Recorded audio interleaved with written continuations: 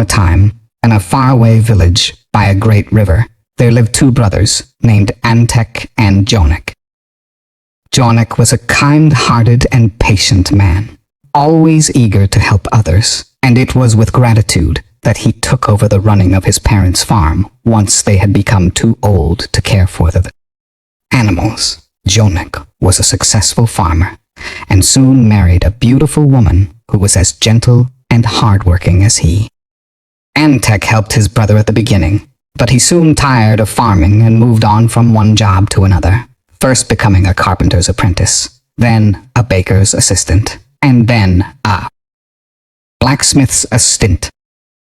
Being a lazy man, Antek was unable to stay in any one job and would always move on when the work became too hard or too tiresome. Finally, he settled down and married the daughter of a very rich widow and lived a comfortable and luxurious life that required very little work. Jonek, despite being a diligent and compassionate man, had no such luck. Toiled in the fields, but his crops did not yield very much come harvest time. The wheat that did grow was soon beaten down by angry storms and merciless winds, and his cattle were plagued by disease and hunger. His wife fell ill, and just as she began to recover, 4 of his children were struck down by yellow fever. When he finally ran out of money, Jonek was forced to pay a visit to his heartless brother. "Antek, lend me some money," pleaded Jonek. "My beloved children are ill, my horse is dying, and my ox is lame. I cannot work, and we are so hungry." "All right, but you must pay me back what you owe and more," replied Antek with a smug grin on his face. Jonek was saddened by his brother's lack of goodwill, but he had no choice but to borrow the money, despite such unreasonable demands. Jonek borrowed and borrowed from his brother, and Antek let this happen, believing that one day he would be able to take over the family farm and reap the rewards. It was not too long before the mean brother got his wish. Jonek fell behind in his payments and was unable to continue the upkeep of the farm. Eventually, he was forced to search for a new home. Antek was a very mean fellow and began to move all of his possessions into the farm before Jonek and his family had even had a chance to move out. Despite this terrible run of bad luck, Jonek remained positive. He told his wife, "There is a small house at the very edge of the village where a shepherd once lived. We can just about manage to live in such a place." Although he was determined to remain optimistic, Jonek wept as he bid farewell to his childhood home. He left the farm with his wife and 7 children. They carried their humble possessions on their backs and made their way towards their new home. Antek was so mean that he even refused to lend them his cart for the journey. Jonek sold his remaining cattle for less than half what they were worth and tried his best to settle into the little house on the edge of the village. His wife and children tended a small vegetable patch in the modest garden, while Jonek took on various odd jobs around the village. The family spent many years living an impoverished life, all of the time wary of the wolves who roamed in the forest, all the time hungry for food, or in need of extra money to buy clothes or medicines.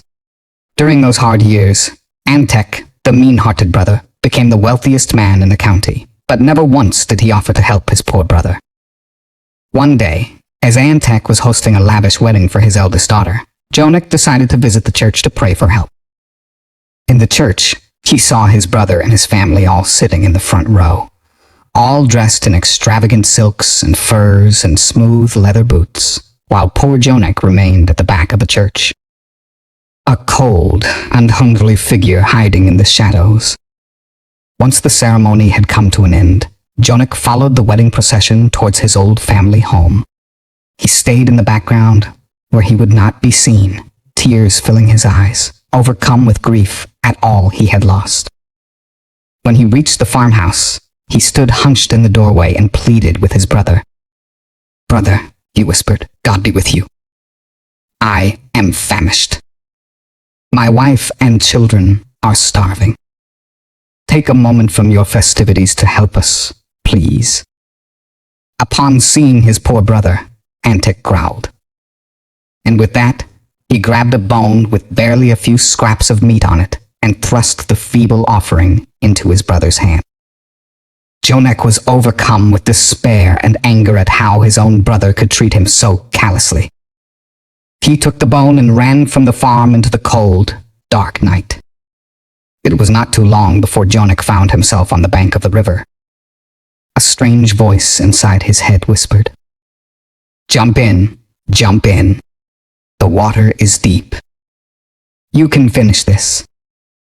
But Jonek knew that he could not leave his family to fend for themselves. He slumped down onto the damp grass and began to gnaw on the scraps of meat still left on the bone his brother had given him. Suddenly, Jonek felt a cold hand on his shoulder. Then a quiet voice said, "Give some meat to me." "Give some to me too." The poor farmer slowly turned around and took in the strange sight that stood before him. A tall creature, thin and bony with skin almost translucent in the moonlight. The creature was very pale with dark, sunken eyes. It had red lips that seemed to glow in the darkness, and it wore upon its shoulders a cloak made from spiderwebs. Atop its head, there sat a wreath made from dried ferns. This was a truly ghostly apparition, but Jonek was not afraid. "What do you want me to give you?" asked the poor farmer. "You see for yourself that this bone is almost stripped bare of all meat." "You just give me the final scraps," whispered the creature. "Let me lick the juices clean from the bone. I am Poverty, who has been following you for many years. We share everything, you and I." Jonek jumped to his feet and cried out, "You pest! You are a nuisance. It is your fault that my family and are suffering from hunger and cold. It is you who has brought on this wretchedness and misery that plagues my life. I will get rid of you once and for all." But Poverty did not move, did not seem disturbed by the poor man's outburst. She simply looked at him and asked, "What will you do to me when no man can hurt me nor kill me? I am an apparition and cannot be harmed. Give me the bone, and I will leave you and your family in peace for one whole day." Jonek was very hungry, but he could not resist the offer of one whole day of peace, one whole day without Poverty preying on his family. He wiped the tears from his eyes and surrendered the bone to the strange creature. Poverty snatched the bone from Jonek's shaking hand and began eagerly gnawing every last scrap of meat.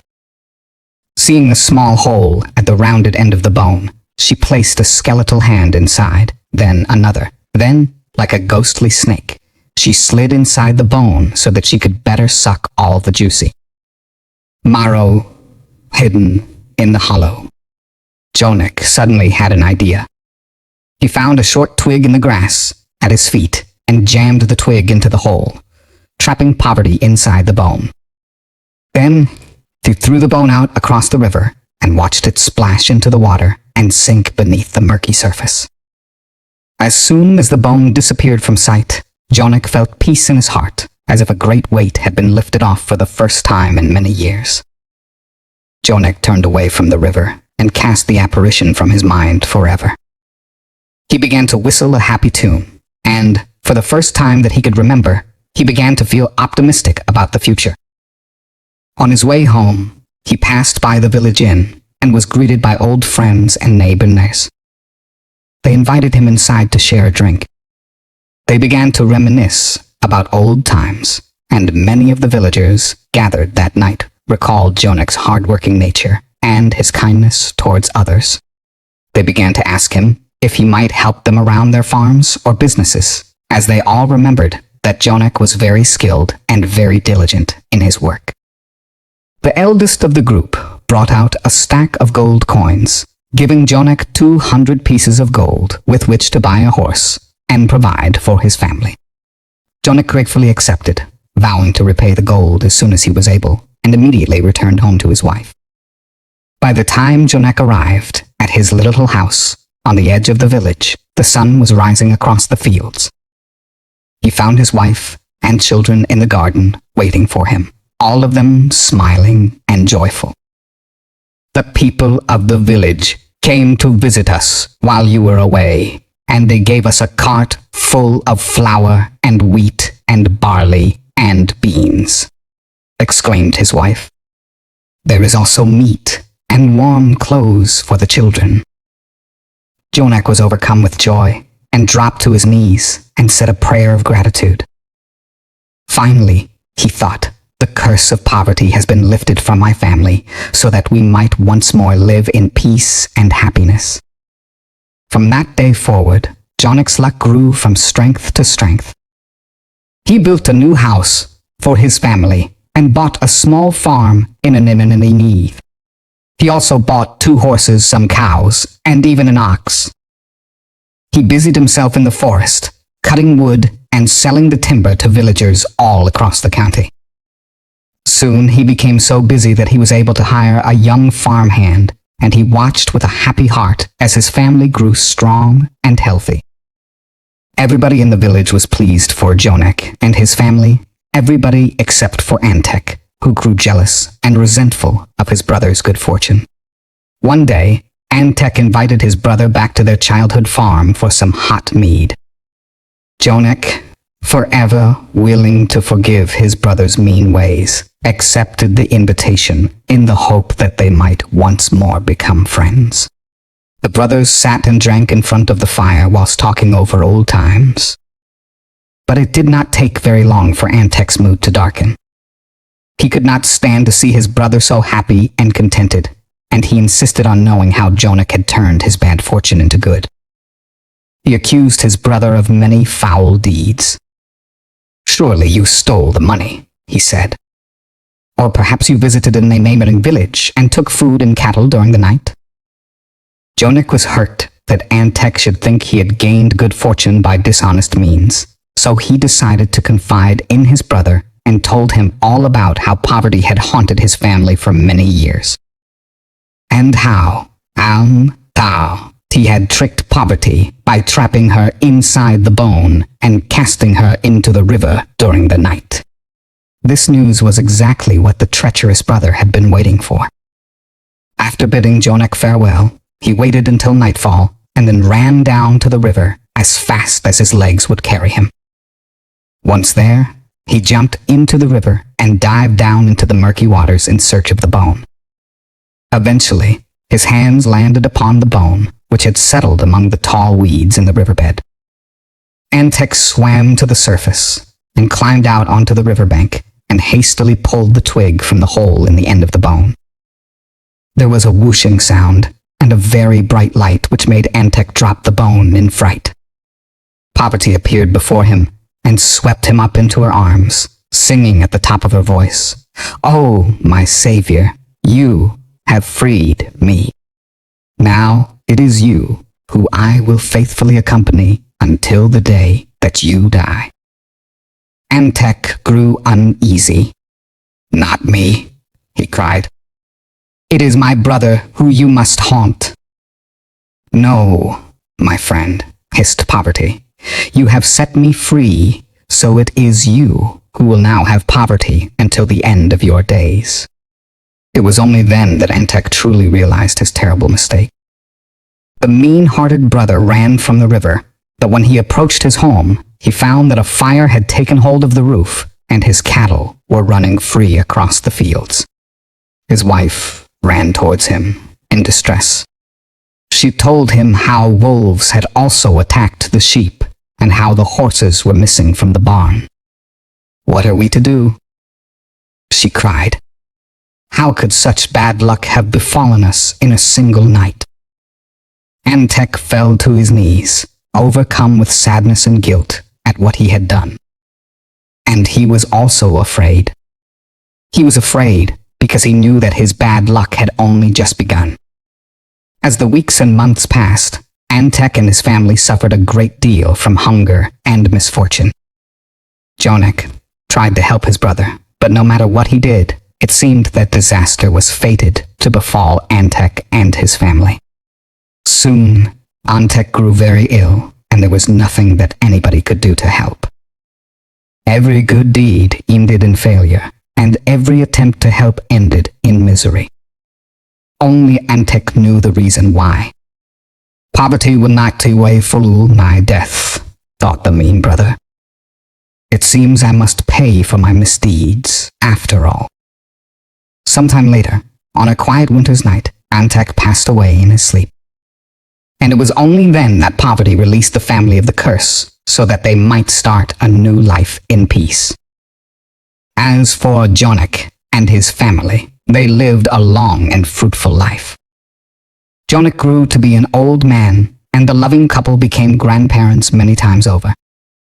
The farm remained prosperous and filled in every corner with the laughter of happy children.